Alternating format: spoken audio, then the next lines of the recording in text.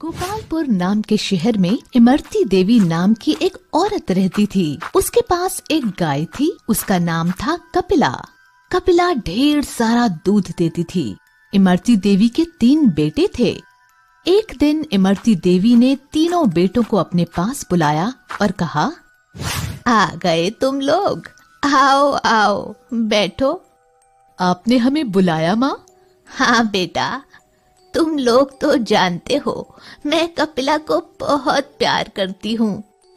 हाँ माँ, बिल्कुल जानते हैं बेटा, जैसा कि हो मैं बूढ़ी हो गई हूँ। हाँ माँ, तो बोलो, कुछ कहना चाहती हो? सुनो, अब मेरी तबीयत ठीक नहीं रहती, ना जाने कब यमराज के यहाँ से बुलावा आ जाए।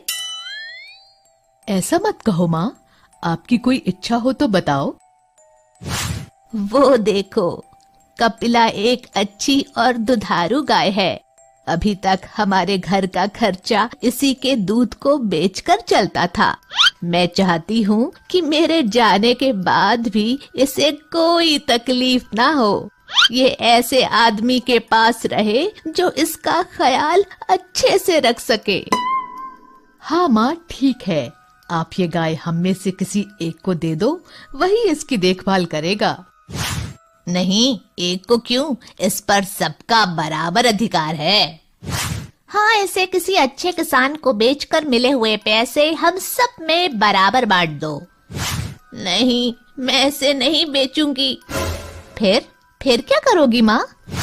मैं इसे तुम तीनों में बराबर बांटना चाहती हूँ। तीनों में?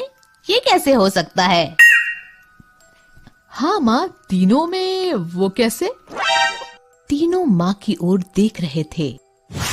देखो, सप्ताह में 7 दिन होते हैं और तुम 3 लोग हो, तो बारी बारी से एक एक दिन गाय को अपने पास रखना। इस तरह वो तुम सबके पास 2-2 दिन रहेगी। जिस दिन जिसके पास गाय होगी उसको दाना पानी भी वही देगा और उस दिन के दूध पर भी उसी का हक होगा। हाँ, जिसके पास कपिला सबसे ज्यादा खुश देखूंगी उसी को दे दूंगी। फिर 7वें दिन क्या होगा? बताती हूँ।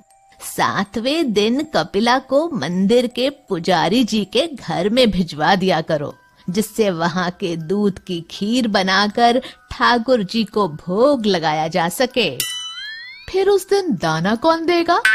मैंने पुजारी जी से बात कर ली है। उस दिन मंदिर के चढ़े हुए फल और बचा हुआ प्रसाद कपिला को खिलाया जाएगा। ठीक है माँ, जैसा आप कहो। तुम सबसे बड़े हो, इसलिए सबसे पहले वे तुम्हारे घर रहेगी। ठीक है माँ, जैसा आप कहो। उनके कहे अनुसार तीनों भाई एक एक दिन गाय को अपने पास रखने लगे। मैं दूध निकाल लेता हूँ और गाय को खाने के लिए कुछ नहीं दूंगा। वैसे भी कल मंझले भाई के पास जाएगी तो वो खिलाएगा ही। आज मेरा नंबर है, मैं तो दूध निकालूंगा। गाय को खाना देना जरूरी नहीं है।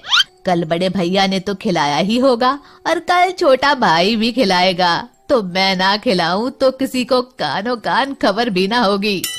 2 दिन से खूब खा रही हो कपिला, ज्यादा खाना नुकसान करता है। आओ, आज सिर्फ दूध दो मुझे। इसी तरह तीनों भाई दूध निकालते और उसे खाना कोई नहीं देता, लेकिन पुजारी जी कपिला को अच्छे से भरपेट खाना देते। इमरती देवी देख रही थी कि कपिला धीरे धीरे कमजोर होती जा रही थी। आखिर उन्होंने सोचा क्यों ना कारण पता लगाया जाए और बारी बारी से तीनों बेटों के घर जाकर जांच की। सबसे पहले बड़े बेटे के घर जाती हैं और छुप कर देखती हैं। आओ कपिला, मैं आज जल्दी में हूँ, दूध निकाल लेता हूँ। वैसे भी कल मंझले भाई के पास जाओगी तो वो खिलाएगा ही, तब ज्यादा खा लेना। मंझले बेटे के घर।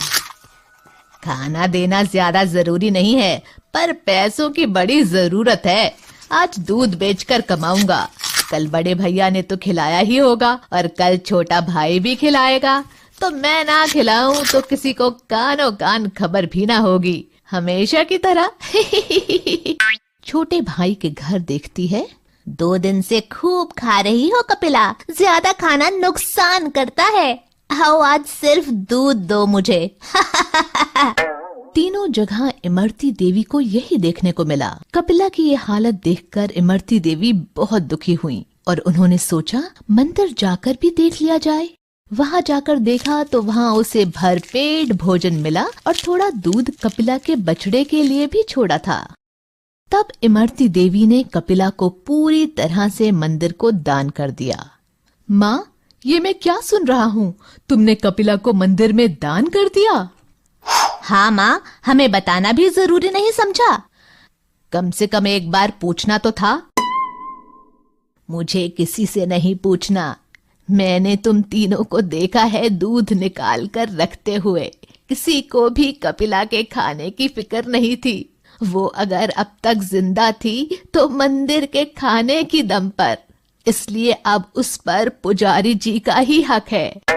इतना सुनकर तीनों ने शर्म से सिर झुका लिया। हमें माफ कर दो माँ, हमसे गलती हो गई। अब कभी दोबारा ऐसा नहीं होगा। नहीं, अब मुझे किसी पर भरोसा नहीं है। मैंने तुम तीनों को मौका दिया था, पर तुम लोगों ने स्वार्थ और लालच में उसे गंवा दिया। अब मैं फैसला कर चुकी हूँ। कपिला की रस्सी पुजारी जी को पकड़ाते हुए, ये लीजिए पुजारी जी, आज से कपिला आपकी हुई, इसका ध्यान रखना। शिक्षा, हमें स्वार्थ और लालच में आकर अपना फर्ज नहीं भूलना चाहिए।